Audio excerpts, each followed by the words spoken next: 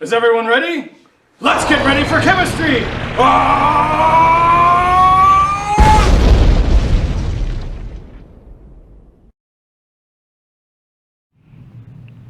In the electrolytic cells video, we learned that we could take an electrochemical process and force it to run backwards.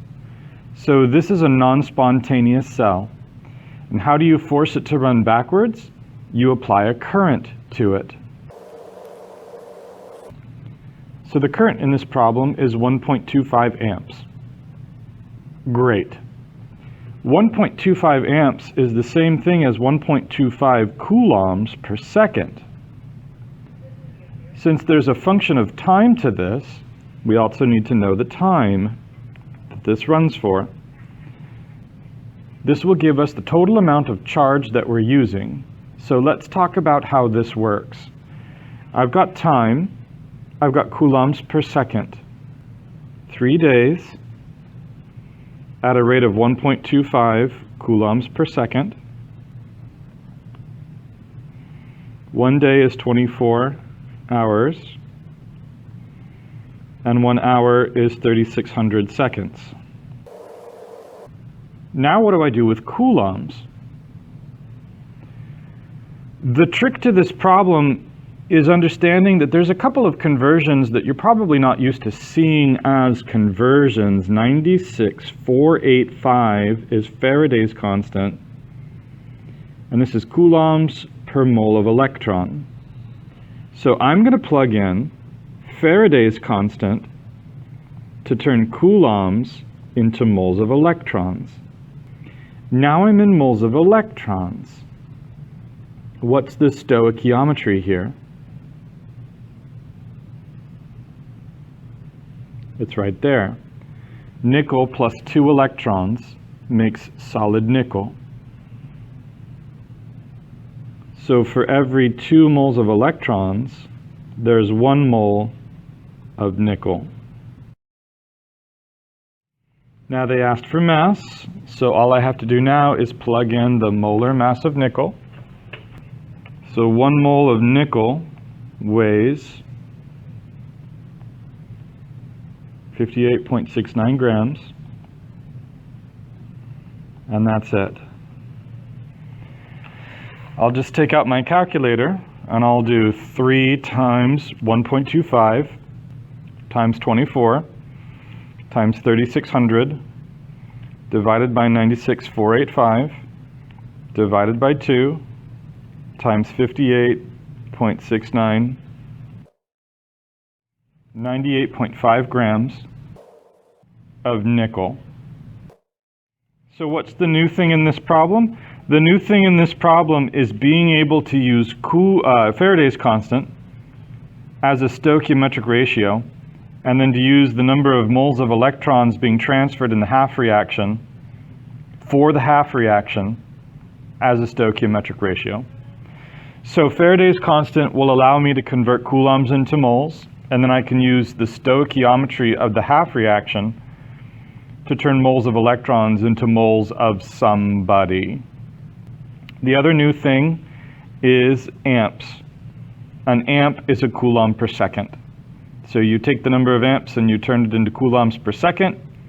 You plug that in. You make that cancel with your time. You use Faraday's constant. You use the stoichiometry of the half reaction. Let's do it again for manganese. And you'll notice that the cell potential does not matter to this calculation. What mass of manganese can be plated out at the cathode if a constant current of 2.5 amps is applied over 16 hours? Manganese plus 2 electrons makes solid manganese. 16 hours, 1 hour, 3,600 seconds. 2.3 amps is 2.3 coulombs per second. Now we're in coulombs. To get from coulombs to moles, we'll use Faraday's constant. Faraday's constant is 96,485 coulombs per mole of electron. So 96,485 coulombs per mole of electron. The stoichiometry, for every 2 moles of electrons, there's 1 mole of manganese, and that's coming from right here. And then the molar mass of manganese. So I'm going to do 3,600 times 16 times 2.3 divided by 96,485 divided by 2. 6 here got a little hidden, times 54.94 should be about 37.7 grams of manganese. I'm going to do that again just to double check. 16 times 3,600 times 54.94 times 2.3 divided by 96,485 divided by 2, and I got the same number, so I feel good about that.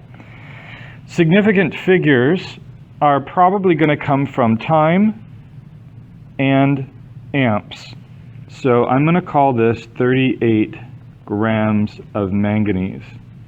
So again, we're using amps as coulombs per second, and we're using Faraday's constant as coulombs per mole, and then the rest is just all normal dimensional analysis.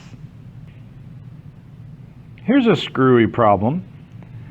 A group 2 metal is plated out at the cathode. If 8.3 grams is collected using a constant current of 3.2 amps for 3.47 hours, what is the identity of the metal? What is the identity of the metal? What? Okay, I don't know what I'm doing, so let's just start. I don't know what I'm doing, so let's just start. 3.47 hours. 1 hour is 3,600 seconds. There's 3.2 coulombs per second. There's 96,485 coulombs per mole of electrons. Now I'm a little stuck here because the next thing to do would be to use the balanced half reaction to find the stoichiometry of moles of electrons to metal. But they didn't tell me what the metal was. They did, however, tell me that it was a group 2 metal. A group 2 metal would be one of these guys. And a group 2 metal is going to have a charge that's plus 2. So whatever this is going to have a charge of plus 2. So what I can do is I can write a non-specific reaction. The metal that has a charge of plus 2 will require 2 electrons, and it will make the metal. And even though I don't know what the metal is, now I can do the stoichiometry. There's 2 moles of electrons for every 1 mole of whatever the metal is.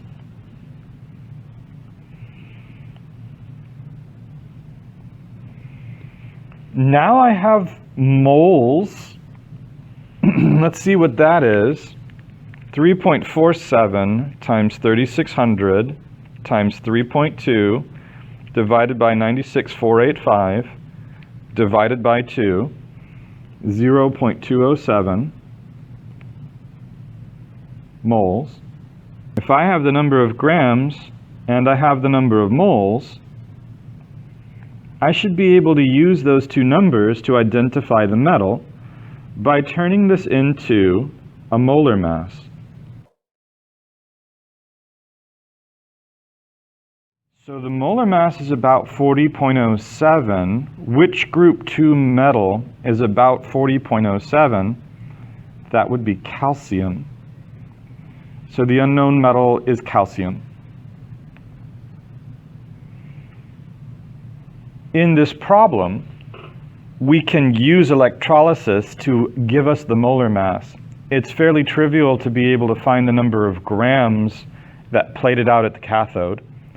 And then if we know the time that we ran the current for and the number of amps we ran the current for, we can use a generic stoichiometric equation to find the molar mass of the unknown substance. And then once we know the molar mass, should be pretty easy to figure out who that is. And obviously, if I can go forwards, I can also go backwards. So starting with 2.5 kilograms of aluminum, I can go the other way.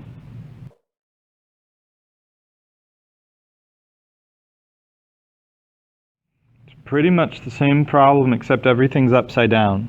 And you know what? That's okay.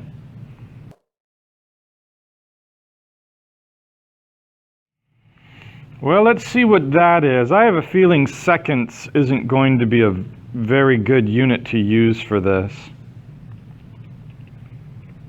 But I'm not sure how far I need to go. Oh, goodness. That's a lot of seconds. We're not but humble pirates. So maybe I should try hours. Maybe I should divide that by 3600 and try hours. How about 4,257 hours? That's still a little big. How about we divide by 24 and we get days? 177 days. That's not bad. I could do years, but it would be a fraction of a year, so I think I'm going to stick with days. 2.5 kilograms, 1.75 amps. We're going to stick with two significant figures. So about 180 days. So it's the same calculation. Everybody's in the same place doing the same thing. The difference is I'm just doing everything upside down because I'm starting with grams of the element first. But it's basically the same calculation. You've still got the mole-to-mole ratio of element to moles of electrons. You've still got Faraday's constant converting moles of electrons to coulombs. And you've still got amps converting coulombs to time. The other thing that we could do is we could find the number of amps necessary to run a cell at a given amount of time. We could just find the number of coulombs and then divide that by the time. So this is all just which conversion does what. And so that's how you do electrolysis problems.